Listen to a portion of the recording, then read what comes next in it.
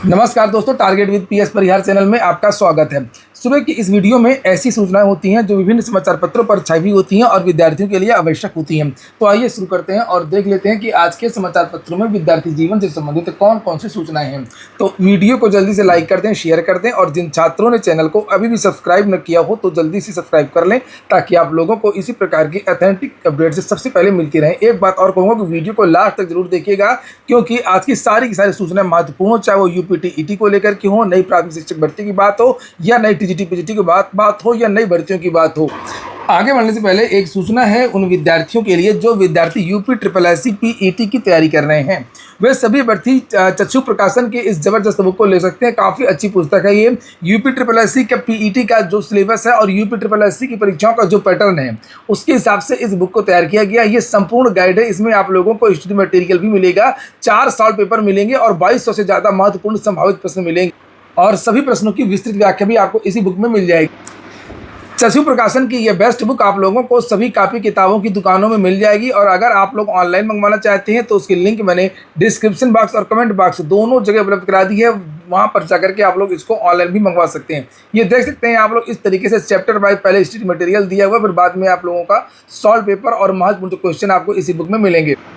UP triple SC PET की चक्षु प्रकाशन की स्टडी गाइड भी आती है और इनका प्रैक्टिस सेट भी आता है। ये 20 प्रैक्टिस सेट, ये देखिए 4 सॉल्व पेपर, इसकी भी लिंक मैंने डिस्क्रिप्शन बॉक्स में दे दी। आप लोग चाहें तो इसको भी ऑनलाइन मंगवा सकते हैं। चलिए हम लोग बात करते हैं शिक्षक भर्तियों की, क्योंकि आज के समाचार पत्रों में सबसे ज़्यादा जो सूचना है वो शिक्षक भर्तियों की। चलिए बात करते हैं सबसे पहले नई टीजीटी पीजीटी की और उसमें विद्यार्थी मांग कर रहे हैं कि पुरानी नियमावली के आधार पर ही भर्ती आना चाहिए। अगर नई नियमावली से भर्ती आती है तो बहुत सारे विद्यार्थी इस भर्ती से बाहर हो जाएंगे। ये देख सकते हैं लिखा हुआ है, अशासकीय सहायता प्राप्त माध्यमिक विद्यालयों में टीजीटी पीजीटी हेतु प्रस्तावित नई नियमावली के विरोध में युवा मंच के बैनर तले 13 जुलाई 2026 को यानी आज से सिविल लाइंस पत्थर गिरजाघर में प्रयागराज में आंदोलन का चौथा चरण शुरू होगा और आंदोलन के माध्यम से अभ्यर्थी पुरानी नियमावली के आधार पर भर्ती विज्ञापन जारी करने की मांग को प्रमुखता से उठाएंगे। युवा मंच के प्रदेश अध्यक्ष अनिल सिंह ने कहा कि अत्यंत दुर्भाग्यपूर्ण है कि प्रदेश के युवाओं को अपने भविष्य और रोजगार की सुरक्षा के लिए सड़कों पर उतरने को विवश होना पड़ रहा है। इसको लेकर के युवा मंच ने एक पोस्टर भी जारी किया है जो नई टीजीटी पीजीटी की जो भर्ती आने वाली है उसको लेकर के 13 जुलाई आज से आंदोलन प्रारंभ होगा पत्थर गिरजाघर में।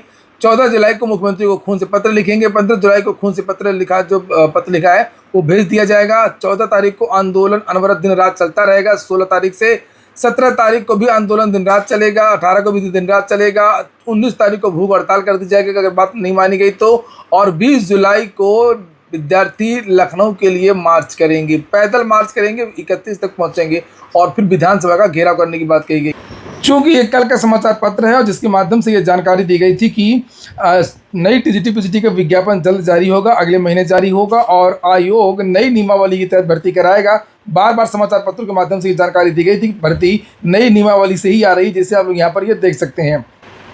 और अब हम बात करेंगे यूपीटीईटी की और आपको याद भी दिलाऊंगा कि आप लोगों को वीडियो को लाइक भी करना है। आज बिना याद दिलाए तो आप लोग वीडियो को लाइक करते नहीं हैं और इसलिए वीडियो को अगर याद ना करें तो शुरू में ही आप लोग लाइक कर दिया करें और हर वीडियो को लाइक करना है। ऐसा नहीं है कि आपने कल किया परसों किया था। लिखा उत्तर प्रदेश शिक्षक पात्रता परीक्षा में शामिल 17,70,714 विद्यार्थियों का परिणाम जुलाई के अंत तक घोषित करने की तैयारी है। इसी महीने लास्ट में उत्तर प्रदेश शिक्षक सेवा चयन आयोग तेजी से मूल्यांकन कार्य करवा रहा है। 20 जुलाई तक ओएमआर सीट के मूल्यांकन का लक्ष्य रखा गया है। ये देखिए और अभी तो स्कैनिंग होगी। इसी दौरान प्राथमिक और उच्च प्राथमिक स्तर की परीक्षा के विभिन्न विषयों पर अभ्यर्थियों की ओर से मिली आपत्तियों का निस्तारण भी विषय विशेषज्ञों से करवा लिया जाएगा। उसके बाद 1 सप्ताह में परिणाम तैयार होगा। अभी तो 14 तारीख तक विद्यार्थी आपत्तियां दर्ज करवाएंगे, उसके बाद में उसको सही किया जाएगा, फिर स्कैनिंग होगी और फिर रिजल्ट तैयार होगा। तो जुलाई के अंत तक परिणाम जारी हो सकता है। हाँ, जुलाई के अंत तक या अगस्त के फर्स्ट वीक में ज़्यादा से ज़्यादा और हो सकता है कि जुलाई के अंत तक परिणाम जारी ही हो जाए। 2 जुलाई की 2 पालियों व 3 जुलाई की पहली पाली में आयोजित उच्च प्राथमिक स्तर की परीक्षा में पंजीकृत 12,11,459 विद्यार्थियों में से लगभग 87% ने प्रतिभाग किया था और 3 जुलाई, 2 जुलाई एवं 4 जुलाई की पहली पाली में प्राथमिक स्तर में पंजीकृत 7,83,202 विद्यार्थियों में से 7,13,659 यानी कि 91.12 ने परीक्षा दी थी। इस प्रकार कुल 17,70,000। अच्छा, ये सूचनाएं और भी समाचार पत्रों में दी गई हैं कि रिजल्ट जुलाई के लास्ट में आ जाएगा। लगभग सभी समाचार पत्रों में लगता है आयोग ने भेजी है। गणित के 8 प्रश्नों पर आपत्ति है। 8 जुलाई को यूपीटीईटी की अंतिम उत्तर कुंजी जारी होने से ही अभ्यर्थी विभिन्न विषयों की प्रश्नों पर उनके उत्तर पर आपत्ति दर्ज कर रहे हैं। और 3 जुलाई को पहली पाली में आयोजित उच्च प्राथमिक स्तर की परीक्षा के अकेले गणित विषय के 8 प्रश्नों के उत्तर अभ्यर्थियों ने आपत्ति की है। एनसीईआरटी किताबों के साक्ष्य भी लगाए हैं। संस्कृत, हिंदी के अलावा अन्य विषयों के प्रश्नों पर भी आपत्ति दर्ज की है।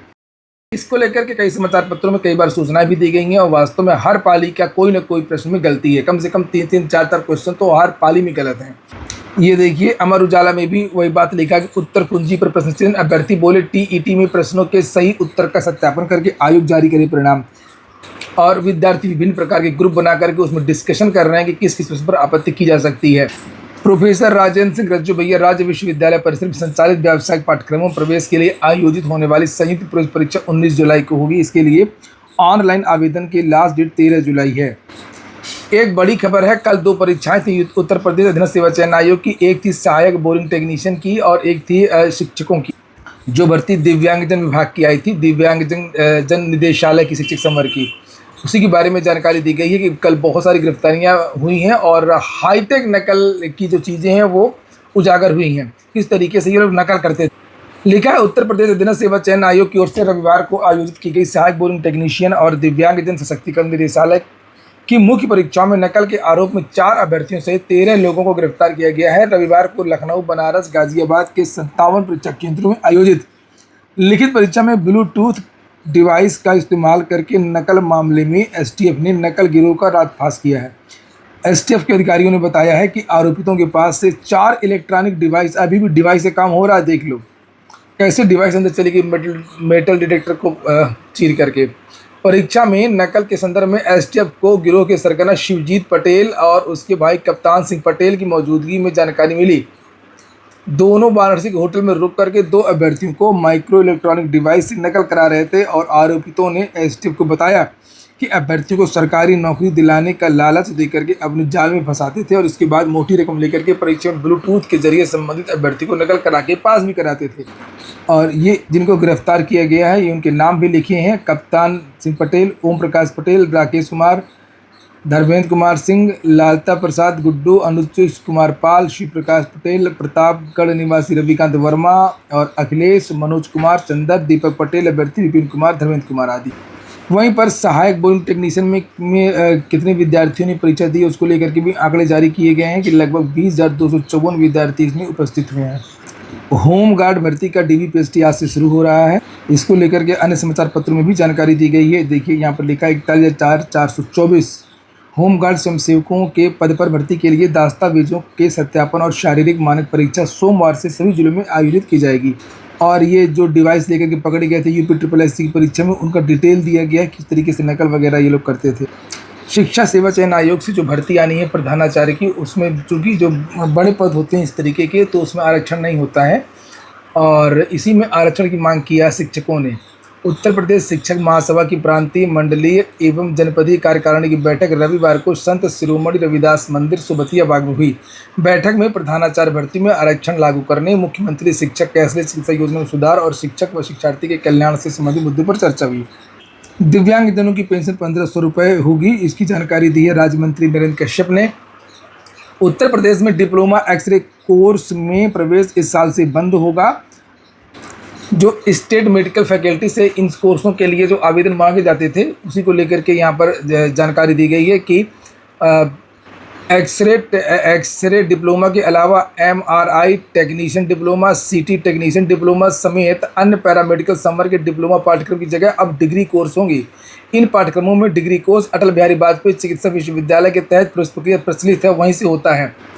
वहीं पर कल विद्यार्थियों ने नई प्राथमिक शिक्षक भर्ती को लेकर के एक बहुत बड़ा ट्विटर अभियान किया था। मैंने इसको लेकर के कल जानकारी भी दी थी आप लोगों को सुबह की वीडियो। और इसको लेकर के भी आज के बहुत सारे समाचार पत्रों में जानकारी दी गई है। लिखा 78,825 पदों पर भर्ती को चलाया अभियान। चूंकि नई प्राथमिक शिक्षक भर्ती की सुगबुगाहट तेज है और ये बताया जा रहा है कि लगभग 11,500 पदों का अधियाचन शिक्षक सेवा चयन आयोग पहुँच गया है और ग्रामीण क्षेत्रों में भी जल्द भर्ती आएगी, लेकिन इसके बारे में कोई जानकारी नहीं दी गई है कि कब आएगी। इसी को लेकर के विद्यार्थी अब ये मांग कर रहे हैं कि संयुक्त विज्ञापन दो, यानी कि जो ग्रामीण क्षेत्र का जो पद रिक्त हैं उनको भी इस नई भर्ती में जोड़ दिया जाए और लगभग 78,000 पदों पर नई प्राथमिक शिक्षक भर्ती का विज्ञापन निकाला जाए। एक साथ विज्ञापन निकाला जाए, नगरीय क्षेत्र का भी और ग्रामीण क्षेत्र का भी। तो यहाँ पर लिखा है, बेसिक शिक्षा परिषद के प्राथमिक स्कूलों में 78,825 सहायक अध्यापकों की भर्ती की मांग को लेकर बेरोजगारों ने रविवार को एक्स पर अभियान चलाया। यूपी पीआरटी संयुक्त विज्ञापन तो हैशटैग ये था और अभियान में बेरोजगारों ने तर्क दिया कि 69,000 सहायक अध्यापक भर्ती में सुप्रीम कोर्ट में हलफनामा दिया गया था कि 51,112 पद खाली हैं। इन पदों पर आज तक भर्ती नहीं हुई और 68,500 के भी लगभग 27,713 पद रिक्त हैं और इन पदों को जोड़ करके और ये 11,000 ये और जो नगरीय क्षेत्र की है भर्ती है, इसको जोड़ करके लगभग 78,825 पदों पर विज्ञापन निकाला जाए। और आप लोग वीडियो को लाइक करते रहिए। अब हम लोग बात करेंगे आज के समाचार पत्रों में जो नई भर्तियों की बात की गई है, क्योंकि हम हर बार वीडियो के लास्ट में जो समाचार पत्रों में भर्तियां आती हैं उनके बारे में चर्चा करते हैं। तो ये है आज का अमर उजाला, जिसमें जानकारी दी गई है कि पीसीएस के आवेदन चल रहे हैं। 27 जुलाई लास्ट डेट है। 500 पदों पर भर्ती आ गई, आवेदन कर सकते हैं। एनटीपीसी ग्रीन एनर्जी लिमिटेड से भी 114 पदों पर वैकेंसी है, इसकी लास्ट डेट 31 जुलाई है। एचपीसीएल से भी 54 पदों पर वैकेंसी चल रही है जूनियर एग्जीक्यूटिव की, तो यहाँ भी आवेदन कर सकते हैं। संघ लोक सेवा आयोग से 48 पदों पर असिस्टेंट साइल केमिस्ट अन्य पदों पर भर्ती है, यहाँ पर भी आवेदन कर सकते हैं। एनआईटी कुरुक्षेत्र से 19 पदों पर भर्ती है।